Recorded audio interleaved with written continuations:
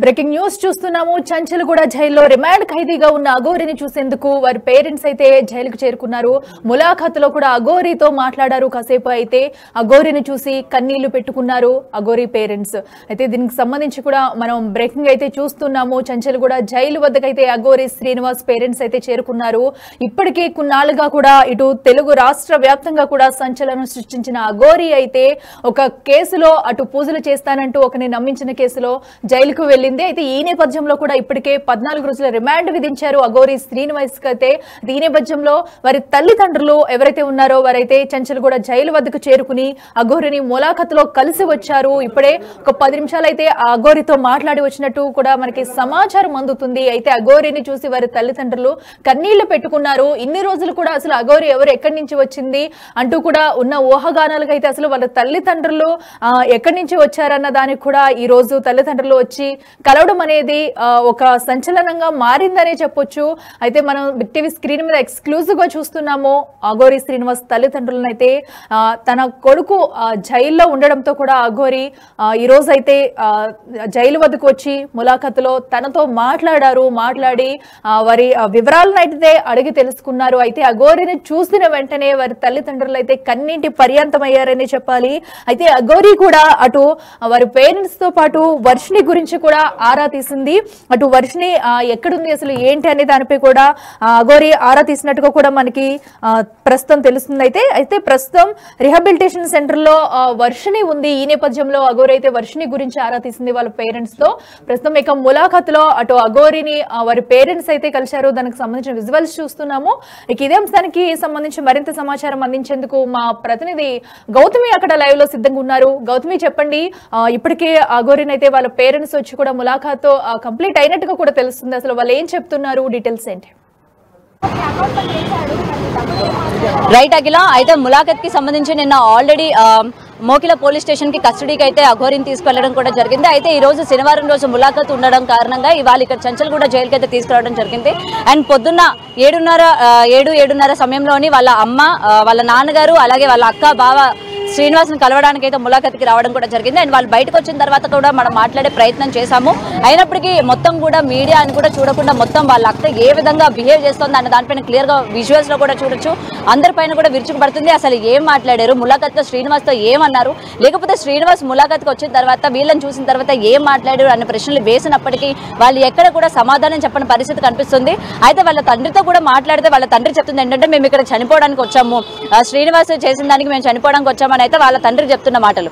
And ఇదే కాకుండా మరికొన్ని ఎవిడెన్స్లతో నేను వచ్చాను, శ్రీనివాస్ని నేను బయటికి తీసుకొస్తాను, ఎవిడెన్స్లు నా దగ్గర ఉన్నాయి, ఎవరు ఇదంతా చేస్తున్నారో మాకు తెలుసు అని చెప్పి కూడా కొన్ని ఎవిడెన్స్లు పట్టుకొని వచ్చాను అన్నట్టు వాళ్ళ తండ్రి కూడా మాట్లాడారు. మరి ఆ ఎవిడెన్స్లు ఏంటి, అసలు మీరు ఎందుకు ములాఖత్కి వచ్చారు? ఎందుకంటే గతంలో మనం ఒక్కసారి కనుక చూసుకున్నట్టయితే శ్రీనివాస్కి మాకు ఎటువంటి సంబంధం లేదు, ఈ విధంగా చేస్తాడని కూడా మేము అనుకోలేదు అని చెప్పి మాట్లాడిన అదే తల్లిదండ్రులు ఈరోజు ములాఖత్కి రావడం జరిగింది. కొన్ని ప్రూఫ్స్ కూడా మేము సేకరించి తీసుకొచ్చామని కూడా చెప్పడం జరిగింది. మరి ఎటువంటి ప్రూఫ్స్ తీసుకొచ్చారు ఏంటి అని అడిగితే మీడియా పైన వాళ్ళు అరవడం జరిగింది. అండ్ వాళ్ళ అక్క కూడా అస్సలు మాట్లాడలేదు. మొత్తం కూడా మీడియా మీదకి రావడం కానీ మొత్తం కూడా గొడవ పడడం కానీ అరవడం కానీ చేసే ప్రయత్నం కూడా చేసింది. అసలు ఎందుకు కలవడానికి వెళ్ళారు, ఏం మాట్లాడారు, లేకపోతే శ్రీనివాస్ ఏం మాట్లాడారు, వర్షిని గురించి ఏమైనా అడిగాడా అని అన్నా కూడా దేనికి కూడా సమాధానం చెప్పట్లేదు. మరి వర్షినికి శ్రీనివాస్కి పెళ్లి అయింది, మీ ఇంటికి కూడా తీసుకొచ్చాడని కూడా గతంలోని మనతోనే మాట్లాడడం కూడా జరిగింది. వర్షిని పెళ్ళైన తర్వాత నన్ను ఇంటికి తీసుకువెళ్ళాడు, నేను వాళ్ళ అక్కడ అమ్మతోని అక్కతోని అందరితో కూడా నేను మాట్లాడడం జరిగింది అని చెప్పి వర్షిని చెప్పడం జరిగింది. మరి దాని గురించి అడిగినా సరే మీరు ఏం రాసుకుంటారో రాసుకోండి, మీకు ఏం తోచితే అది రాసుకోండి, నేనైతే ఏం చెప్పను అని చెప్పి వాళ్ళ అక్క అయితే వెళ్ళిపోవడం జరిగింది. అఖిల, వాళ్ళ పేరెంట్స్ అయితే వచ్చి రియాక్ట్ అయిన తీరునైతే కూడా మనం చూస్తున్నాము. ఎస్, సో ఇక అయితే మనం ఇప్పుడు అసలు వాళ్ళ పేరెంట్స్ ఎందుకు మాట్లాడడానికి నిరాకరించారు, అలాగే ఎవిడెన్స్ ఏవైతే ఉన్నాయో వాటిని ఎవరి ముందు ప్రవేశపెట్టునున్నారు, అంటే వాళ్ళు వెళ్ళి ఏమైనా పోలీసులు కలవనున్నారా, లేదా ఇంకా ఎవరైనా అధికారులు కానీ లాయర్స్ కానీ కలిసే ప్రయత్నం ఏమైనా చేస్తారనుకోవచ్చు వాళ్ళ పేరెంట్స్?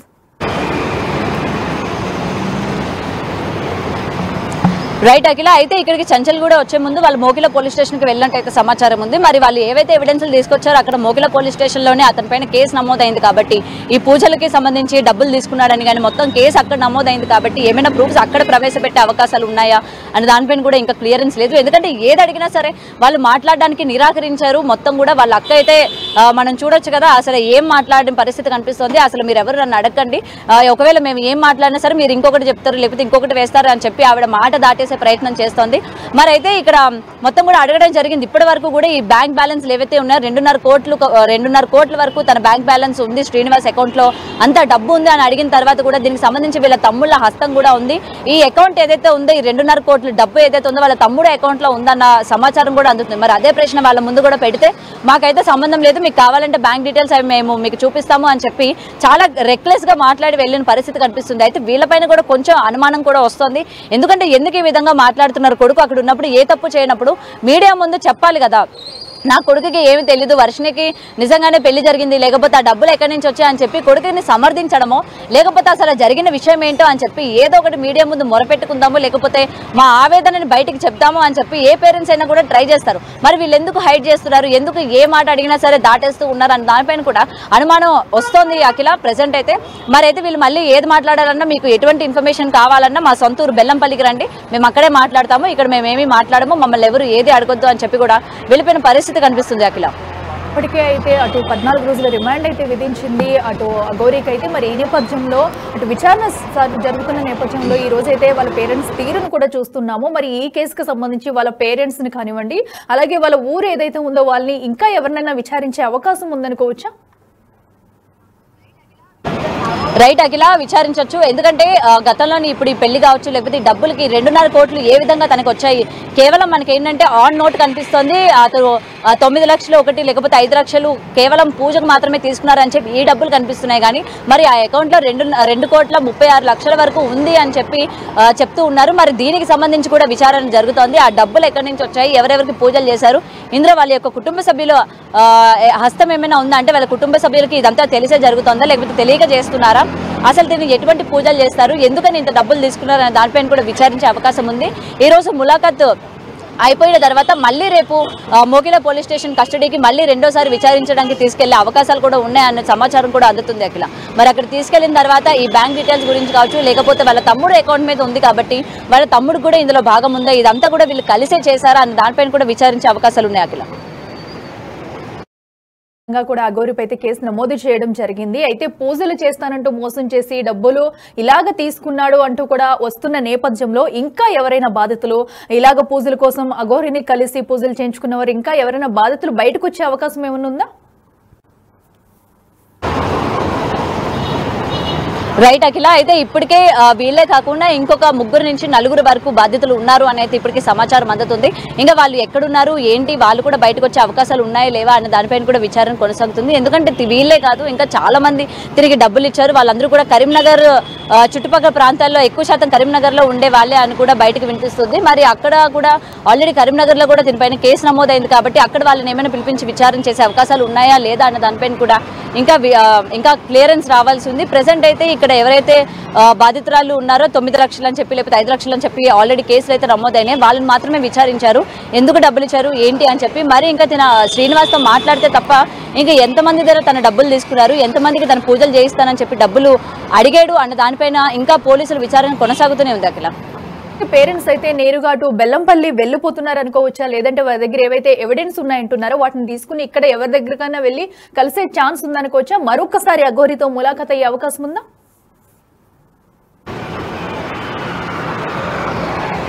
రైట్ అఖిల, వీటి గురించి అయితే ఇంకా మనం వాళ్ళని అడిగే ప్రయత్నం కూడా చేశాము. అసలు ఆ ఎవిడెన్స్లు ఏంటి, లేకపోతే ఇప్పుడు వాళ్ళు ఎక్కడ ఉంటారు, అసలు శ్రీనివాస్ ఏం మాట్లాడారు, ఎందుకంటే గతంలో కూడా వర్షిని చూస్తాను అన్నాడు కాబట్టి ఇప్పుడు ములాఖాత్లోని వీళ్ళతో పాటు వర్షిని వస్తుందని ఏమైనా ఎక్స్పెక్ట్ చేశాడా? మరి వీళ్ళే వచ్చారు కాబట్టి బయట నుంచి ఏమైనా నడిపించే అవకాశాలు ఉన్నాయి? అసలు ములాఖాత్ 1.5 గంట పాటు లోపల ఉన్నారు కాబట్టి ఏం మాట్లాడారు అనే దానిపైన కూడా ఎక్కడ కూడా వీళ్ళు సమాచారం ఇవ్వని పరిస్థితి కనిపిస్తుంది. ఎక్కడ కూడా వీళ్ళు నోరు మెదపడం లేదు. ఏ ప్రశ్న అడిగినా సరే గసరే ప్రయత్నమే చేస్తున్నారు కానీ దానికి సంబంధించిన కరెక్ట్ ఆన్సర్ మాత్రం బయటికి చెప్పట్లేదు అఖిల. ఇప్పుడు ప్రస్తుతం అయితే వాళ్ళ పేరెంట్స్ కి సంబంధించి కూడా వాళ్ళ ఊర్లో వాళ్ళు కానీ అలాగే వాళ్ళ పేరెంట్స్ వాళ్ళ సిస్టర్ ఎవరైతే వచ్చారో వాళ్ళు కూడా వచ్చి అక్కడ ఎలాంటి హడావుడి చేశారన్నది కూడా చూస్తున్నాము. అసలు వాళ్ళ ఊర్లో వీళ్ళ పరిస్థితి ఏంటి? ఎందుకంటే ఇప్పుడు అందరితో కూడా ఇప్పుడు అఘోరి చేసిన రచ్చ అంతా ఇంత కాదు, ఇదంతా కూడా మనం ఇన్ని రోజులు కూడా అందరూ చూస్తూ వస్తున్నాము. అయితే అసలు వాళ్ళ ఊర్లో బెల్లంపల్లిలో ఎలా ఉండేవారు, వాళ్ళ పేరెంట్స్ తీరే ఏంటి, వాళ్ళు అక్కడ కూడా ఇలాగే ఉండేవారు అనేది ఏమైనా తెలిసిందా? రైట్, గతంలోని మనం ఈ అఘోరి హల్చల్ చేస్తోంది అన్న విషయము తెరపైకి వచ్చిన తర్వాత మనమే ఎక్స్క్లూజివ్ గా స్వయంగా బెల్లంపల్లికి వెళ్ళడం కూడా జరిగింది. అండ్ అక్కడ ఊడి ప్రజలతో కావచ్చు లేకపోతే వాళ్ళ తల్లిదండ్రులతో మాట్లాడినప్పుడు మా కొడుకు చిన్నప్పుడే ఇంట్లో నుంచి వెళ్ళిపోయాడు, ఈ విధంగా అఘోరిగా తయారై వస్తాడన్న విషయం మేము కూడా కలగనలేదు. ఈ రోజు అతను చూస్తూ ఉంటే మాకు చాలా ఆశ్చర్యంగా ఉంది. అలాగే దైవారాధనలో ఉన్నాడు కాబట్టి మా కొడుకు మా ఇంటికి రావాలి అని కోరుకుంటున్నామని చెప్పి గతంలోనే వాళ్ళ తల్లిదండ్రులు ఇద్దరు మాట్లాడిన పరిస్థితులు కూడా ఉన్నాయి. అంటే వాళ్ళకి ఏమీ తెలియదు అన్నట్టు, వాళ్ళ అబ్బాయి ఇక్కడ నుంచి వెళ్ళిపోయిన దగ్గర నుంచి ఈ రోజు వరకు తను ఎక్కడున్నాడు ఏంటి అన్న విషయాలు కూడా మాకు తెలియదు అన్నట్టు వాళ్ళు మాట్లాడిన పరిస్థితి కూడా ఉంది. మరి ఏది కూడా తెలియదు అన్నప్పుడు మరి ఇదంతా కూడా ఎలా తెలుస్తుంది వాళ్ళకి? ఈ పూజలు కావచ్చు లేకపోతే ఇట్లాగా మీరు ఒకసారి హోల్డ్ లో ఉండండి, ఒకసారి అక్కడికి వచ్చిన వాళ్ళ పేరెంట్స్ వాళ్ళ అక్కది కూడా ఒకసారి మాట్లాడిన మాటలు మనం